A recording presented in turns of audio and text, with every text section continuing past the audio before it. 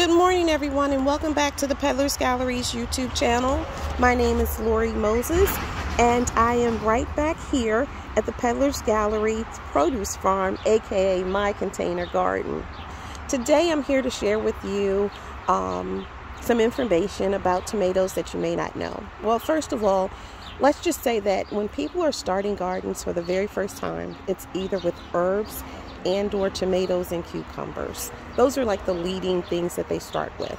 And so today we're going to talk about one of those leading things, the tomato plant.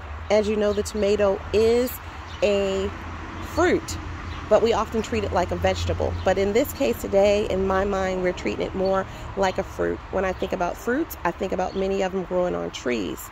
So I treat the tomato plant like a tree, and less like a bush type of or viney type of plant. What we have here is a lot going on. As you can see, there's a lot of yellowing going on. So we're going to treat this particular tomato plant today with a Epson Salt bath. And how I do that is I mix 2 tablespoons of Epsom salt with a gallon of water. I won't put the whole gallon on, but I will treat it with some Epsom salt water. And hopefully within the next couple of days, some of the yellowing will disappear and the green will come back. In addition, as you can see here, there are lots of limbs to this particular tomato plant. So what we're going to do is we're going to cut off some of those limbs, because with every limb that it has, it takes energy to go through that limb. And what we're trying to do is to get the most out of our plant, the most tomatoes, the most healthy tomatoes, the most largest tomatoes that we can get. And by doing that, you take off the limbs that will not produce, as well as some of those that may have flowers on them, so that the energy can stem from the root up to the main stem and branch out further up into the plant. So let's get started really quickly. As you can see, there are a lot of limbs here. And so what we're going to do is we're going to take and snip these limbs off, because each limb that we snip off, like I said, it takes energy. And we don't want low-lying limbs, because what happens is bacteria will get onto the leaf, and it will work its way up to the stem. And ultimately, it can provide really bad health problems for your plant. So we want to make sure that the leaves definitely do not touch the soil from the time that you plant these plants up until they're finished harvesting. You just don't want to have them touching the soil if possible. So this one right here, we're not going to just take it off because it's yellowing.